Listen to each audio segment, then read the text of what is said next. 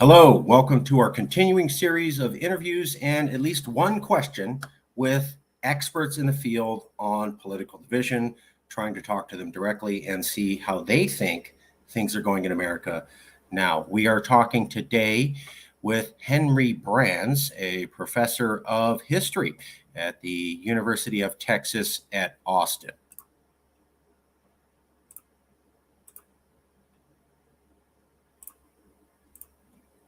He's the professor. He's the Jack S. Blanton Senior Chair in History at the University of Texas at Austin Department of History. Henry W. Brands. We had one question with him, a little bit more about him.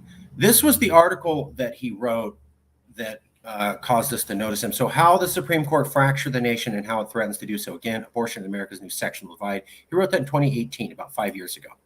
Abortion isn't directly analogous to slavery. For one thing, it lacks the economic importance slavery had to the South.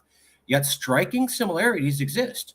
Those who would outlaw abortion today are as convinced of the morality of their position as the abolitionists were of the morality of theirs. Compromise is equated with surrender to sin, just as it was for Garrison and his comrades. Having repealed Roe, opponents of abortion would be tempted to push for a further step, the restriction or outlawing of abortion nationwide. Just as Massachusetts abolitionists felt compelled to condemn slavery in Georgia, so anti-abortionists in Texas would feel conscience bound to try to prevent abortions in California.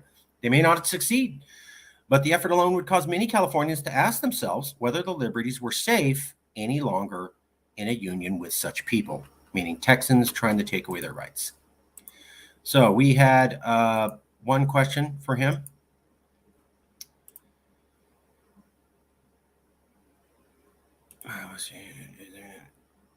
Okay, so is there any hope that political division in America will be reduced since we won't pursue an amicable divorce? There's not going to be a secession attempt. There's no economic interest driving such an effort, unlike slavery in the 1860s, which he just said in his essay. In fact, the economics are all on the side of holding the country together. Political rhetoric is fluff, economic interest is real, and the economies favor continued union.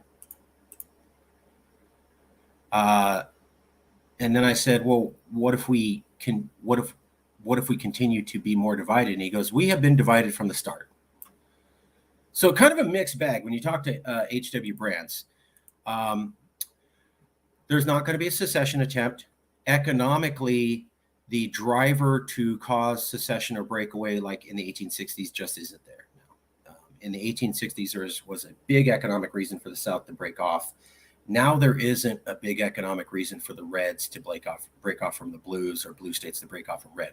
The thing driving that conversation has absolutely nothing to do with economics. Whereas you go back to the Civil War, you could talk about states' rights, you could talk about slavery, but there definitely was an economic push for the North to invade and the South to break off. It doesn't exist this time.